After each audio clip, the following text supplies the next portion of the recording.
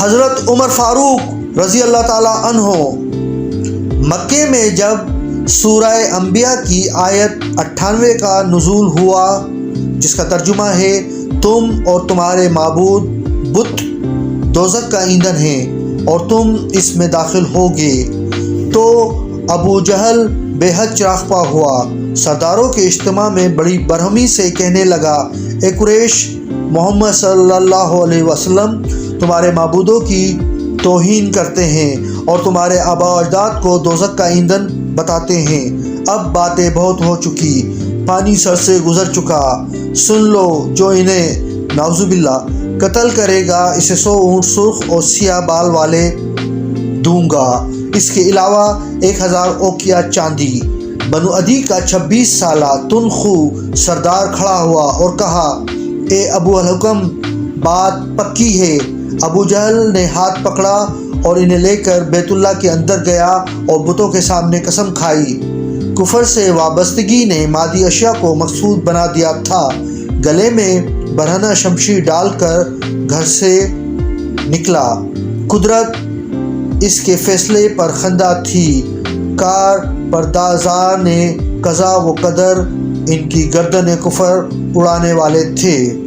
12 ربیع اول 11 ہجری کو یہی شخص تیغ بکف لوگوں سے عالم جذب میں کہہ رہا تھا، جو شخص کہے گا رسول اللہ صلی اللہ علیہ وسلم وفات پا گئے، یہ شمشیر اس کا سر تن سے جدا کر دے گی۔ آج کفر کی سیاہ چادر میں لپٹا ہوا یہ شخص 100 سرخ اونٹ اور 1000 اوقیہ چاندی کے لیے چراغ حق کو گل کرنے کے درپے تھا۔ ایران کی فتح کے بعد کروڑوں روپے کے زر و جواہر اس کے قدموں میں ڈھیر تھے۔ دیکھ کر بے اختیار رونے لگا، فرمایا، یہ متاع دنیا، یہ ترغیبیں دوزخ کا ایندھن ہیں۔ شمشیر برہنہ حمائل کیے شکار حق کے لیے نکلا۔ راستے میں بنی زہرہ کے نعیم بن عبداللہ سے مدبھیڑ ہوئی۔ ان کے تیور بدلے دیکھے تو پوچھا، کدھر کا ارادہ ہے؟ جواب ملا، چراغ اسلام بجھانے کا۔ حضرت نعیم کا ماتھا ٹھنکا، کہا، اگر یہ کام کر گزرو تو بنی ہاشم اور بنی زہرہ تمہیں یوں آزادی سے گھومنے پھرنے کے لیے چھوڑ دیں گے۔ پہلے اپنے گھر کی خبر لو، تمہاری بہن اور بہنوئی مسلمان ہو چکے ہیں۔ یہ سنا تو غصے سے بے قابو ہو گیا، سیدھا بہن کے گھر پہنچا۔ اندر سے ایسی آواز آ رہی تھی جیسے کوئی کسی سے کچھ پڑھ رہا ہو۔ دروازہ کٹکھٹایا تو خاموشی چھا گئی۔ بات یہ تھی کہ جب کوئی محتاج مسلمان ہوتا تو حضور اسے کسی آسودہ حال صحابی کے سپرد کر دیتے تاکہ اس کی ضروریات کی کفالت کرے۔ ام انمار کے غلام حضرت خباب ابن ارد ایمان لائے تو انہیں حضرت سعید بن زید کے سپرد کیا گیا۔ یہ دونوں انہی سے قرآن سیکھ رہے تھے۔ دروازہ کھلا، پوچھا، یہ کیسی آوازیں آ رہی تھیں؟ جواب ملا، آپس میں باتیں کر رہے تھے۔ کہا، چھپاؤ نہیں، مجھے پتہ چل گیا ہے کہ تم دونوں بھی گمراہ ہو چکے ہو۔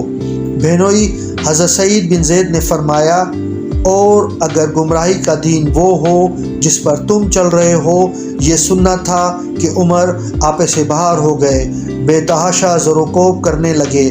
آپ کی بہن فاطمہ بچانے آئیں تو انہیں بھی لہو لہان کر دیا۔ زخمی بہن نے پوری استقامت سے کہا، عمر جو چاہو کر لو، اب اسلام دل سے نکلنے کا نہیں۔ لفظوں کے تیر نشانے پر بیٹھے۔ قاہر و جابر بھائی کا ہیرے جیسا سخت دل بہن کے پھول کی پتی سے جیسے بول سے کٹ گیا۔ غصے کو لگام دی، ہاتھ رک گئے۔ ذہن نے کروڑ بدلی۔ پوچھا، وہ کیا چیز تھی جو تم لوگ پڑھ رہے تھے؟ فرمایا، کلام اللہ، وحی الہی۔ کہا، ذرا میں بھی تو دیکھوں۔ فرمایا، جب تک پاک نہ ہو جاؤ ہاتھ نہیں لگا سکتے۔ پوچھا، اس کا طریقہ؟ فرمایا، وضو اور غسل۔ فرط تجسس نے آمادہ غسل کیا۔ پانی نے جسم کی گندگی کے ساتھ ذہن کی آلودگی بھی دھو ڈالی۔ غسل خانے سے نکلے تو بہن نے محسوس کیا کہ بھائی کا چہرہ ہی بدل گیا ہے۔ چہرے کے رنگ سے دلی کیفیت کو بھانپ لیا۔ بصد احترام ہرن کی کھال پر مرقوم سورہ طٰ کی پیش کی، جس کی میاں بی بی حضرت خباب بن ارت کے سامنے تلاوت کر رہے تھے۔ پڑھنے لگے تو ذہن کے گھور اندھیارے چھٹنے لگے، دل کی دنیا دگردوں ہو گئی۔ ابھی وہ ترجمہ: تحقیق میں ہی اللہ ہوں، میرے سوا کوئی معبود نہیں، پس میری عبادت کرو، میری یاد کے لیے نماز قائم رکھو۔ بے اختیار پکار اٹھے، کیا ہی اچھا اور بزرگ کلام ہے۔ پتھر دل موم ہو گیا، کہا مجھے فوراً محمد صلی اللہ علیہ وسلم کے پاس لے چلو۔ کلام اللہ کی تاثیر کی صدف دلدہ ہو گئی۔ آیت ربانی آب نسیہ کی صورت قلب عمر میں گوہر نایاب بن گئے۔ یہ سن کر چھپے ہوئے خباب بن ارت باہر آئے۔ عرض کیا، ابھی جمعرات کی بات ہے، رسول اللہ صلی اللہ علیہ وسلم نے صفا کے دامن میں دعا مانگی تھی۔ خداوند عمر ابن ہشام یعنی ابو جہل اور عمر ابن خطاب دونوں میں سے جسے تو عزیز رکھتا ہو، اس کے ذریعے اسلام کی دستگیری فرما۔ ابن عساکر کہتے ہیں بذریعہ وہی اللہ تعالیٰ نے قلب اطہر پر القا فرما دیا کہ ابو جہل ایمان نہیں لائے گا، تو آپ صلی اللہ علیہ وسلم نے خاص دعا فرمائی، اے اللہ خاص عمر بن خطاب سے اسلام کو قوت دے۔ پوچھا، اس وقت میرے آقا کہاں ہیں؟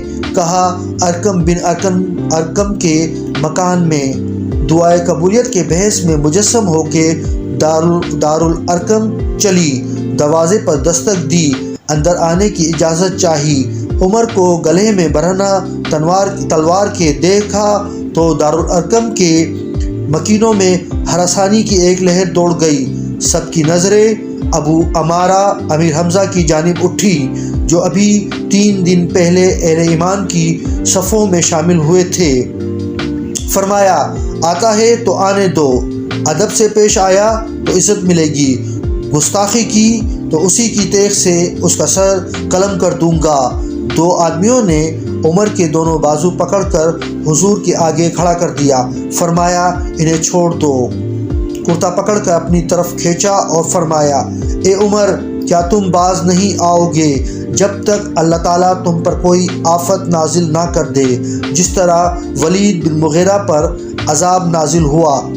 پھر دعا فرمائی، بار الہی، عمر میرے در پر آ گیا ہے، اسے ہدایت دینا تیرا کام ہے۔ ان الفاظ کا زبان وحی ترجمان سے نکلنا تھا کہ کلمہ شہادت حضرت عمر کی زبان سے جاری ہو گیا۔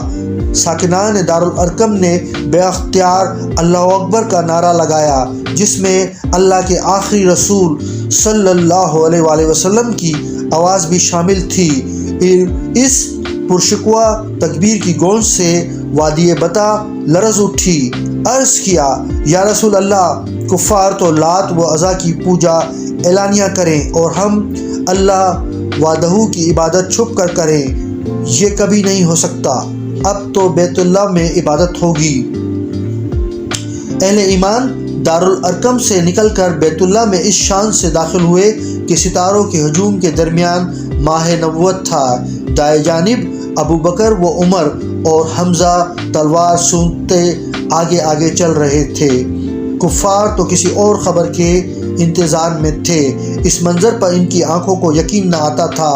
عمر نے آواز لگائی، خبردار، جس نے حرکت کی اس کا سر تن سے جدا کر دیا جائے گا۔ حقیقت یہ ہے کہ قریش کو اتنا تکدر اس دن سے پہلے کبھی نہ ہوا تھا۔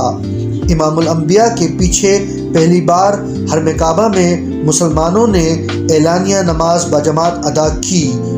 حضرت عمر کو ملا کر ان کی تعداد 40 تھی۔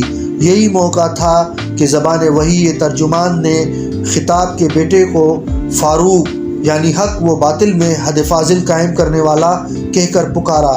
یہ ذی الحجہ کا مہینہ تھا اور حضرت حمزہ کو ایمان لائے صرف 3 دن ہوئے تھے۔